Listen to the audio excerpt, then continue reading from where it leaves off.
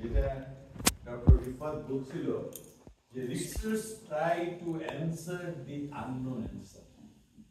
Always রিসার্চের basic কাজই হচ্ছে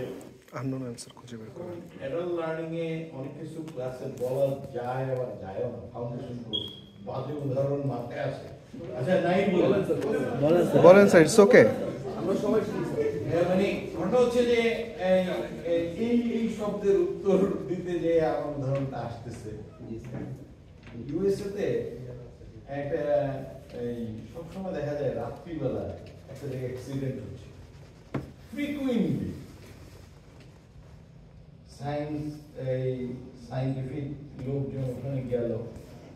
এখন ধরেন এই ইঞ্জিনিয়াররা আসলো সোশ্যাল পলিসি মেকাররা আসলো যে why accidents is occurring here আর কোথাও অ্যাক্সিডেন্ট হয় না এখন কেউ বের করতে পারে না what are the truth কেউই বের করতে পারতেছে রাস্তা ঠিক আছে এই টার্নিং পয়েন্টও না বাট অ্যাক্সিডেন্টস আর অকারিং হ্যাঁ this cannot be explained এখন ধরেন সোশ্যাল সায়েন্টিস্টরা গেছে ইকোনমিস্টরা গেছে ইঞ্জিনিয়ার একটা বিলবোর্ড আছে, they cannot find it too billboard আছে রাস্তায়। এখন একজন চিন্তা ভাবনা করে সে বলতো যে maximum accident occurs at night ঠিক আছে সে একটা প্রুফ পাইলো যে একটা সত্য জানলাম যে অ্যাক্সিডেন্ট গুলো রাত্রেবেলা হচ্ছে কেন অ্যাক্সিডেন্ট হয়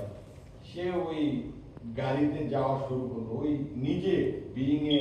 passenger he just go through that place তো রাত্রেবেলা দেখা গেল অ্যাক্সিডেন্টটা basically is a cause of an advertisement ওখানে এমন একটা অ্যাডভার্টাইজমেন্ট করে রাখছে যে ড্রাইভার ওখানে গেলে ওই অ্যাডভার্টাইজ দেখে গাড়ির স্টিয়ারিং আর তার হাতে থাকে না বিলবোর্ড মানে এমন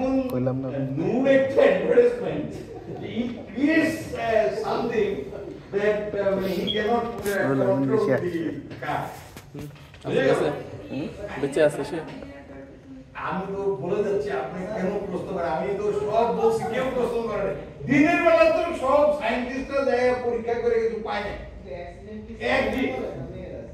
এইটা আরেকটা প্রশ্ন